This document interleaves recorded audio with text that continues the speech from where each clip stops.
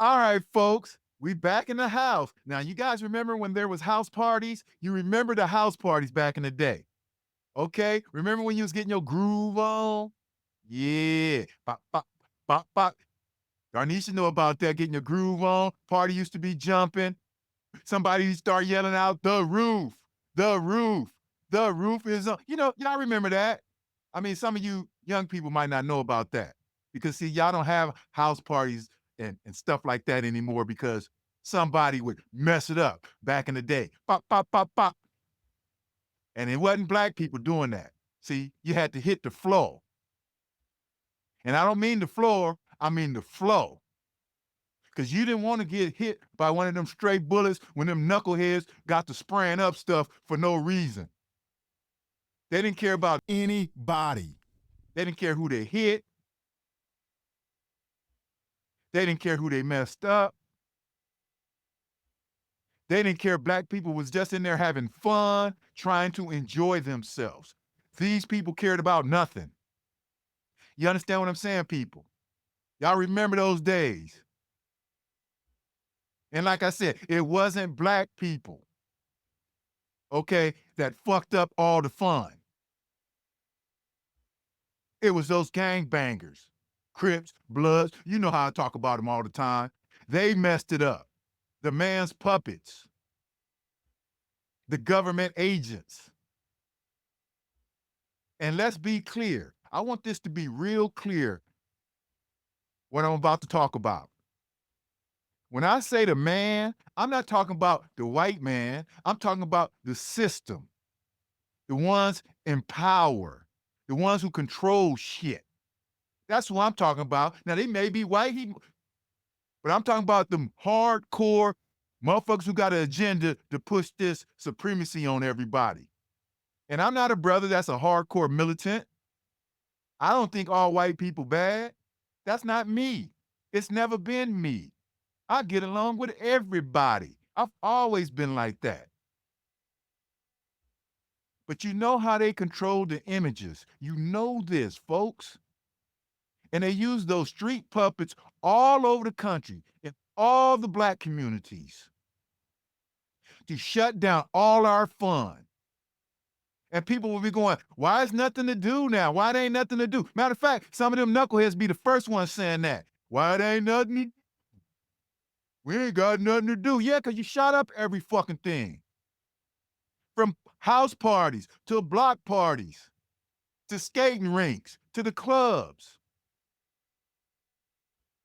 Places we used to cruise. Remember we used to cruise, watch cars, go try to hit on some girls?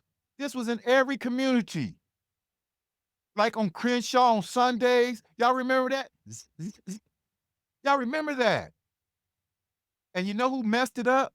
You know who messed up everything? The puppets fucked up everything, folks. And you know this. But it don't get documented that way. No, it doesn't. It doesn't get documented that way. You know how it get documented? Black people fucking shit up. Black people can't keep nothing. Black people don't stick together. Black people always doing something wrong. That's the image they wanted to paint of black people. Even though 99% of the black people were just there to have a good time, just there to have some fun on their day off. Because most of us is hardworking people, so we want to have fun on our day off. But you know what's fucked up the way they document it? We are the only people who get judged for what a few do. We are the only people who get judged like that. We are the only people that it gets documented that way. When some white bikers go into a bar and fuck up shit, tear up all the shit down, shoot up each other, stab up each other, nobody says white people can't keep shit. White people always doing this. White people fucking up everything. They don't say that when they do it. You know what they say? The bikers fucked up shit. And that's what they say.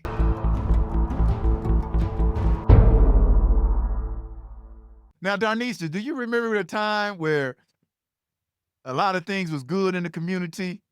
I remember a time when we used to be outside playing. Street lights come on, you still wouldn't go home. The water hydrants were running, the music was playing, and Mrs. Jenkins and Mrs. Jackson always had something to say to you as you were walking home You better late. get home before it's getting dark. You better That's get right. home. They don't want to highlight when black communities were safe and solid. Instead, they want to dwell on the few who played a part in tearing it down, to control the image of how we see ourselves, how others see us, how the world perceives us. Somewhere along the line, the streets stopped just being about where we lived and played and got hijacked and twisted into chaos and destruction. And instead of recognizing the damage, many lost souls started wearing the chaos like a badge of honor. And here's the thing about this street culture that gets me. I remember the first time I heard someone tell me they was from the streets, or the first time I heard someone say they was from the streets, I was like, "Are you homeless or something? You from the streets?" Okay, but you know, he was talking about he was a street dude, and it's been glorified so much. It's a damn shame how much it's been glorified. The reason why this topic is important is because there's this famous dude who just got out of prison, and his name is Big Meech. 50 Cent is a producer in Hollywood. He's been producing a show called BMF about Big Meech's life. And this is what's sad about Hollywood. Out of all the positive stuff we've done throughout history and even now, right? They don't push those images anymore. They put these puppets in place to do it for them because that's what's big right now. All these crime shows. It's sad that they do that. It's the agenda that they're pushing. And like you said, there are a few that will stand up and do what they need to do, but it's unfortunate because the few affect the masses, right? Just like the Right. story that you talked about, the bikers, and oh, that's black folks doing this. Oh, that's 50 cents doing this. He represents a whole community of black people, and that is not the case. Clearly not the case. Do you think it's a coincidence that the most powerful and wealthiest rappers either sold drugs or built their careers rapping about it? Meanwhile, the socially conscious artists like Chuck D or KRS-One, they're not even close to near billionaire status. It's almost like a message is being sent to young black men. If you poison your own community or glorify it in your music, you will be rewarded. And the images tied to those rewards have become the representation of many young black men. They based everything on image. Let me tell you how powerful image is, especially criminal images. That's how they have stereotyped us with all these criminal images. The images they push, they are so clever. Like we all know when there's a shooting, a mass shooting, and the shooter is white. the first thing they start doing is humanizing that character. They start talking about his mental abilities. I was watching a movie on Netflix called To Catch a Killer. By the end of the movie, the woman finally figured out who the killer was. When they get to the killer's house, he kills somebody, but then he comes in the house, he starts talking about his mom's there. My whole point is they start humanizing this killer. This is a serial killer. He killed 10, 15 people in the movie, but yet they start humanizing him, start talking about his childhood, how he got abused when he was a child, how his father did this to him. And then the guy was sitting there, they was almost trying to make you feel sorry for the guy. He was sitting up against the wall at one point talking to the girl, and she was like, "I can help you. Don't kill me." And then he let the girl go like he got some kind of morals. They give their killers morals and shit, like the mafia, how they do the mafia. The mafia ain't nothing but a gang with suits and ties on or sweatsuits. But yet they've been portrayed so good in a glamorous way, we don't even think of the mafia as gangbangers. They gangbangers. How y'all gonna respect someone like that who would take an oath over his family? They have spent so long humanizing their criminals, whether it's glorifying the mafia or painting white killers as complex figures, that you either end up respecting them or feeling sorry for them. Go look at the history books. They either turned their criminals into legends, George Washington, John Dillinger, Al Capone, Billy the Kid, or erased their criminal history that started in Europe. The history of this country is about European criminal immigrants over here. They used to have what they call the penal transportation. That's where they took all these Europeans out of the prison cells in Europe and brought them to America. They brought them over here to pillage and kill. But the image they pushed is that they were just settlers, when in reality, America was nothing more than one big prison yard. I like to say this to people. See, y'all think they want to build those walls to keep people out?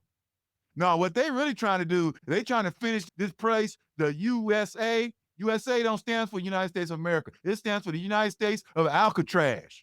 They trying to finish this prison, so when shit hit the fans, they're not worried about who trying to get in. They just want to make sure we can't get out. Locking you in, lock down, lock down. Yeah, but again, times have changed and streets have changed, right? You think about it. The streets are totally different right about now. They will take and consume you as opposed to 15 or 20 years ago. That's why whether we're in the streets or at a corporate board meeting, image is everything. Sometimes you don't even need to say anything to portray whom you are or what you're about.